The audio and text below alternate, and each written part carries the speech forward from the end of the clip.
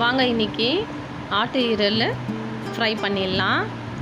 சின்ன வெங்காயம் பொடியாக கட் பண்ணி வச்சுருக்கேன். சின்ன வெங்காயம் போட்டால் தாங்க நல்லா டேஸ்ட் கொடுக்கும். பாதி தக்காளி அரிஞ்சு வச்சுருக்கேன். உங்களுக்கு தக்காளி தேவையில்லைன்னா ஸ்கிப் பண்ணிவிடுங்க, நான் போடுவேன்.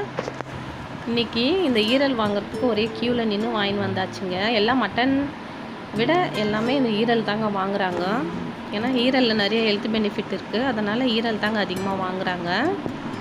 நீங்களும் வீட்டில் ட்ரை பண்ணி பாருங்கள். சின்னவங்கலேருந்து பெரியவங்கெல்லாம் சாப்பிட்லாம். முக்கியமாக லேடிஸ் சாப்பிட்ணும் வாரத்துக்கு ஒரு முறையாவது. ஏன்னா அதில் ஹெச்பி லெவல் இன்க்ரீஸ் ஆகும். B12 இருக்கிறதுனால நரம்பு எலும்புக்கு ரொம்ப சத்துங்க. விட்டமின் ஏவும் இருக்குது. அதனால் வாரத்தில் ஒரு நாள் ஈரல் சாப்பிட்றது நல்லதுங்க.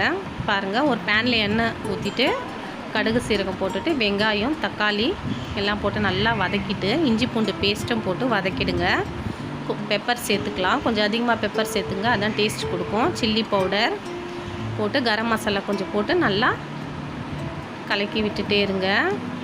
பாருங்கள், இப்போ நம்ம ஒரு 3 வாட்டி எடுத்து அலசி வச்சுருக்கோங்க. ஈரல் போட்டு சேர்த்து நல்லா வதக்கி விட்டுக்கலாம்.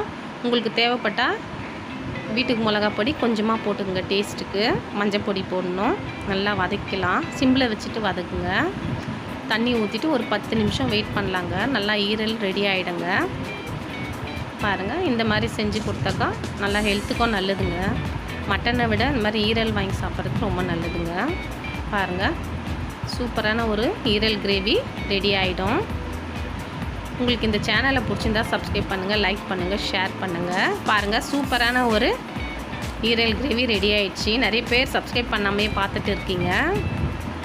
பாருங்கள், இன்றைக்கி எங்கள் பூசுக்கு மீன் வாங்கி போடல. அதனால் மேலே கோச்சிட்டு உட்காந்து இருக்குது. கூப்பிட்டா வரமாட்டேங்குது. நாளைக்கு வாங்கி போடணும்.